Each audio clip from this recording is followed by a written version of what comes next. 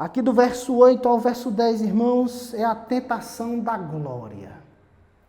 Nessa terceira tentação, irmãos, do verso 8 ao verso 10, nós também temos esse mesmo problema. Será que Jesus teve uma visão e viu os reinos e a glória desse mundo?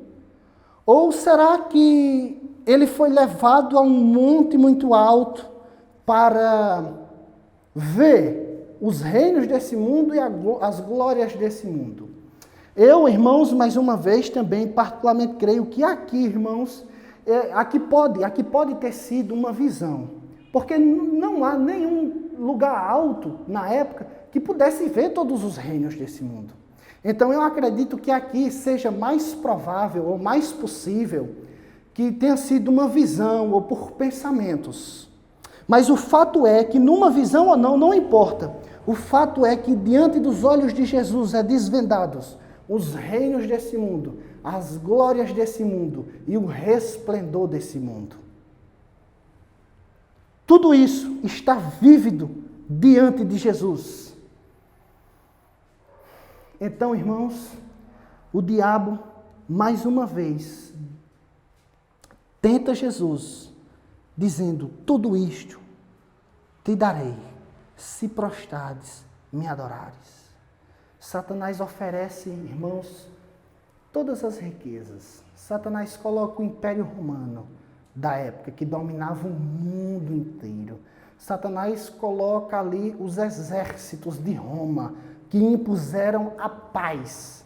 Que nos livros de história está a Pax Romana, a paz que pelo exército, pela força, ali o Império Romano conseguiu. Ele está colocando diante de Jesus ali todo o ouro, toda a prata, todo o linho finíssimo, as pessoas ali adorando o rei, as glórias desse mundo, o ouro, a prata, o bronze, os reinados, as glórias que esse mundo tem. Ele está colocando diante de Jesus e dizendo: se o Senhor se dobrar diante de mim e me adorar, eu lhe darei tudo isso.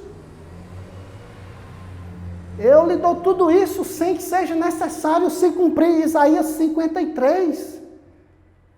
Pelas nossas transgressões, ele foi transpassado, moído.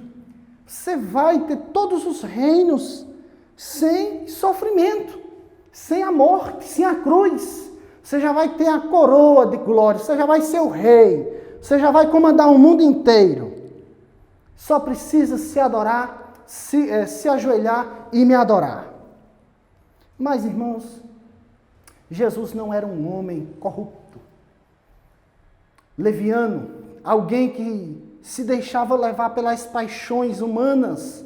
Jesus não era um homem corrupto como nós somos, que se deixa levar por qualquer proposta. Jesus também, ele está mostrando que não é como os anjos que acompanharam o diabo na queda, que se corromperam acompanhando o diabo na queda. Jesus também está deixando claro que ele não era como um filho de Deus, como um filho de um Deus, nas mitologias gregas e romanas, que se deixavam se levar pelas glórias desse mundo. Jesus está mostrando ali fidelidade completa e total diante de Deus. E é aqui onde Jesus usa a sua autoridade. Ele tinha suportado tudo. A tentação de transformar as pedras em pães. Jesus tinha aqui tratado o diabo, entre aspas, até bem, quando ele diz: se lance daqui. Mas quando o diabo pede culto a si mesmo, ele diz: vai-te, Satanás, porque adorarás só ao Senhor teu Deus. Aqui o Senhor Jesus, pela reivindicação do diabo e a tentação do diabo ser tão descarada, ele expulsa o inimigo de sua frente. E ele diz: só ao Senhor seu Deus adorará. Mais uma vez, e só a ele servirás. Mais uma vez, ele está citando Deuteronômio 6:13. Jesus está deixando claro, irmãos, que toda a sua adoração e todo o seu serviço era para Deus.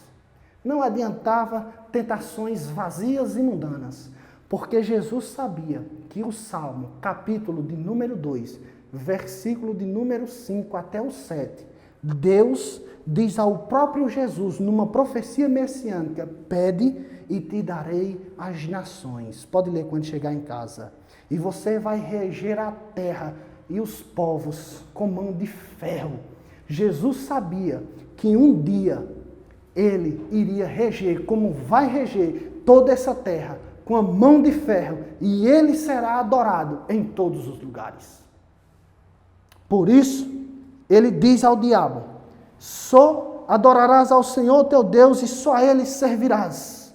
Jesus está mostrando que está completamente entregue à adoração e ao serviço a Deus. Ele está deixando claro ao diabo que toda a sua adoração e que todo o seu serviço, adoração e serviço, irmãos, caminham lado a lado. Quem adora serve, quem serve adora. Uma coisa não está desassociada da outra. Porque serviço é adoração e adoração é serviço. E ele está dizendo ao diabo, olha, vai-te embora, porque eu só adoro a Deus e eu só sirvo a Deus.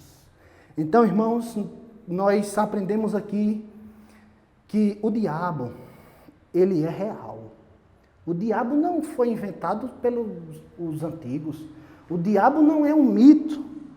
O diabo não é uma energia. O diabo é uma pessoa que tem pensamentos, sentimentos, vontades e é inteligente. O diabo é real. E ele tentou Jesus de forma real. Além disso, irmãos, ele não tem uma única forma de tentar. Ele tem várias formas de tentar as pessoas, diversas formas, em diversas circunstâncias. Ele tem várias estratégias para tentar as pessoas. Ele tem, irmãos, assim, estratégias para tentar as pessoas que têm vidas prósperas e ministérios prósperos e pessoas que têm vidas, assim, que não são prósperos e ministério que, entre aspas, não são prósperos, ele tenta em qualquer situação. Por exemplo, tem pessoas que pensam que por ter a vida próspera e ter o ministério próspero, eles pensam que tem méritos nisso. Logo, eles desprezam completamente a graça de Deus e caem na tentação do diabo de pensar que eles têm alguma coisa por causa dos seus méritos. Caem na tentação. Outros caem na tentação de abandonarem o ministério porque pensam que o ministério que Deus está abençoando é aquele que está crescendo, aquele que está se multiplicando, e daí por diante. E tem pessoas que abandonam o ministério por dizer que não teve resultados. E caem na tentação do diabo. O diabo ele pode tentar a gente quando a gente está bem e quando a gente está mal, irmãos. Não tem tempo, não tem hora e não tem lugar para o diabo nos tentar. Não tem tempo, não tem hora e não tem lugar para ele nos tentar. Veja, irmãos, veja. Jesus aqui, ele está sendo tentado num momento muito difícil. Jesus está no deserto. Jesus está sozinho. Com feras. O texto de Marcos vai dizer isso. A narrativa de Marcos vai dizer isso. Com feras valentes e brutas. Jesus está sozinho, com fome, sendo tentado. E ele aqui está num momento difícil.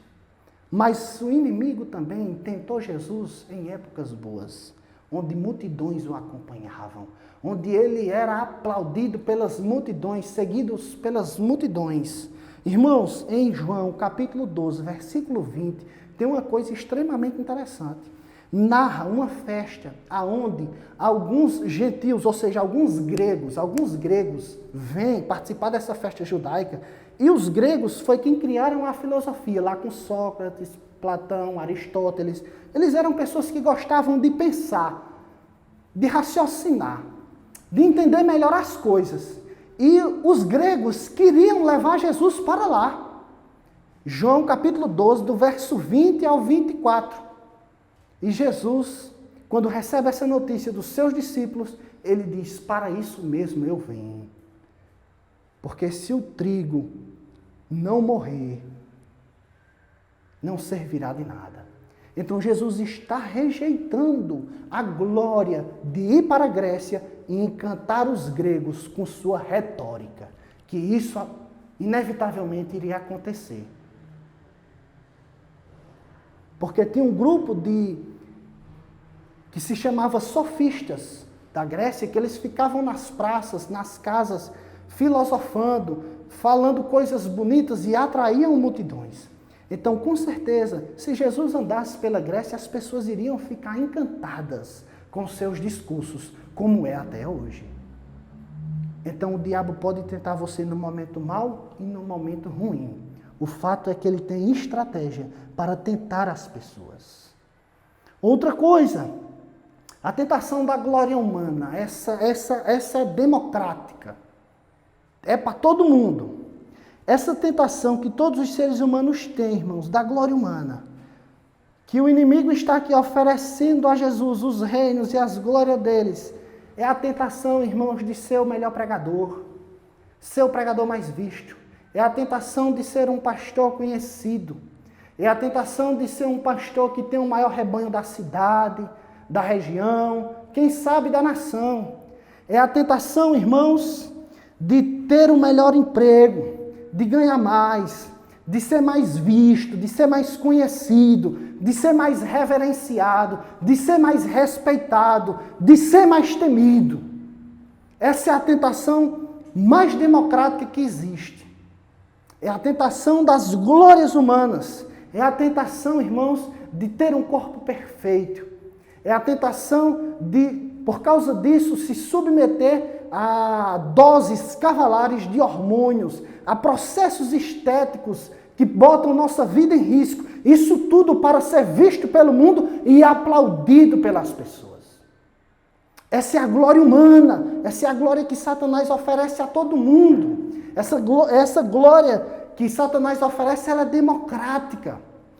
Ele está oferecendo agora, no Rio de Janeiro, em São Paulo, aos jovens que querem ter dinheiro. Olha, o tráfico é um bom lugar. Aqui você ganha dinheiro. Aqui você sobe de patamar, aqui você é visto. Aqui você vai sair com as pessoas mais bonitas que tem aqui na região. É as glórias desse mundo. São os reinos desse mundo. Agora você vai ser um prefeito, um vereador, um deputado. É somente usar artimanhas aí. Cair no colo de A ou de B, como foi nessa eleição, pendurados no lado ou no outro. Ganhar a eleição para ser visto, para ganhar mais, para ter mais conforto, para ter mídia, para ter a glória dos homens. Os reinos dos homens está no Congresso Nacional. Irmãos, eu quero contar uma história aqui que eu sei de uma pessoa que congregava numa determinada igreja. E essa pessoa, ela tinha uma família e ela era bem acompanhada, ela era bem instruída e a igreja dava todo o suporte a essa pessoa. E essa pessoa estava bem na igreja. Só que essa pessoa recebeu uma proposta de emprego para ganhar mais, para ganhar melhor. E ela chegou, essa pessoa que recebeu essa proposta, chegou numa pessoa sábia da igreja, sábia na palavra, e disse: olha, eu recebi uma proposta de emprego, eu estou pensando em ir embora. E essa pessoa muito sábia fez uma pergunta, disse o seguinte: olha, o que você ganha? Dá para você sobreviver? A pessoa disse: sim, não, o que eu ganho é um bom dinheiro, dá para pagar minha escola particular dos filhos e ainda dá para juntar até uma quantidade considerável. Eu vivo bem com o que eu ganho. Aí a pessoa muito sábia disse: eu vou lhe fazer outra pergunta. Veja, para onde você vai agora? Ou para onde você está pensando em ir? Lá tem uma igreja que lhe acompanha, que vai lhe ensinar, lhe instruir, fazer o que essa igreja que faz com você e sua família? A pessoa disse: provavelmente não. Muito difícil lá tem. O fato é que, irmãos, essa pessoa, ela saiu e realmente ganhou mais dinheiro, mas ela destruiu a sua vida espiritual. Não estou questionando aqui perca de salvação. Eu nem creio nisso. Mas o fato é que essa pessoa, por causa das glórias humanas, colocou a sua vida espiritual no mato, por querer ganhar mais, por desejar mais. Pelos reinos, pelas glórias do mundo. E é isso, irmãos, nós devemos ter cuidado com quem nós andamos, cuidados com as propostas que nós recebemos, porque o nosso inimigo está ao nosso derredor, bramando para nos tragar, procurando. E aquele que dá vazão, com certeza será despedaçado, porque ele é astuto. Quando menos imaginamos, ele dá uma rasteira. Devemos ter todo o cuidado. Irmãos, nós também devemos saber com qual reino nós estamos comprometidos. Estamos comprometidos com o reino de Deus ou com os reinos desse mundo? Jesus, irmãos, estava comprometido completamente com Deus e com o reino de Deus. É por isso que Jesus disse: sai, Satanás, para trás, some, porque ele estava completamente entregue ao reino de Deus. Mas as pessoas que estão titubeando, escolhendo a que reino servir, a que rei servir, a qual glória terá, a glória eterna ou a glória momentânea, consequentemente, irmãos, irão cair. Irão cair. Irão cair conjunto por causa da carne e o diabo que eles oferecem. É muito tentador. Por isso nós devemos, irmãos, estar completamente entregues a Deus e ao seu reino, servindo e adorando, para que quando as propostas que procedem do diabo chegar, nós dizermos a ele: nós só adoramos a Deus e nós só servimos a ele, porque nós estamos entregues completamente ao seu reino. De outra forma, pode esperar mais cedo ou mais tarde, eu, você, qualquer pastor, qualquer presbítero, qualquer homem pode cair, se não estiver entregue completamente ao reino de Deus e à pessoa de Deus. E por fim, irmãos, como nós devemos agir diante das tentações? 3 coisas. A primeira é, como vencer? Orando, irmãos. Orando. Orando. Paulo diz: orai sem cessar. Nós devemos orar, sempre estar orando, seja no trabalho, seja em casa, seja na rua. Nós devemos estar no espírito de oração, se entregando a Deus, pedindo discernimento a Deus das coisas. E orar também no particular, ter nosso momento diário com Deus. O nosso, que nós chamamos aqui, devocional, que nós ajoelhamos ou ao deitar, ou ao levantar, ou na hora do almoço, qualquer hora, mas nós devemos ter, no particular com Deus, um momento de oração, se entregar diante de Deus. Essa é a primeira coisa. A segunda coisa, irmãos, é que nós devemos estar cheios da palavra. Lâmpada para os meus pés, luz para o meu caminho, é a tua palavra. Nós devemos sempre estar meditando na palavra, lendo a palavra, estudando a palavra, tendo ela no nosso coração, para que quando as tentações chegarem ou começarem a nos rodear, nós tenhamos discernimento para que nós possamos rejeitar isso e permanecermos firmes com Deus, assim como foi com Jesus. Ele estava com a palavra guardada no seu coração. E por fim, irmãos, devemos estar sempre alerta, independentemente do momento, da hora ou da circunstância. O diabo pode nos tentar a qualquer momento.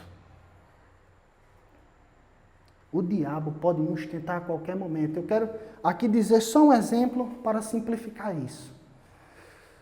Isso é onipresente. Veja, irmãos, é como o pecado da soberba. Eu costumo dizer que o pecado da soberba, ele é onipresente. Ele está em todos os lugares. Porque às vezes você vê uma pessoa se orgulhando ou se soberbecendo de alguma coisa e diz: olha, eu não sou assim. Pronto, você já se orgulhou. Já se orgulhou. Eu não sou assim. Se orgulhou. Pronto, é onipresente. Se você está em casa imaginando na sua cabeça alguma coisa que alguém fez um dia, alguma coisa um dia, e você diz: olha, eu não sou assim, você já se orgulhou. Esse pecado é onipresente. Da mesma forma, a tentação do diabo, ela é onipresente, ela pode acontecer em qualquer momento, em qualquer lugar, em qualquer hora. Por isso nós devemos estar alerta, sempre.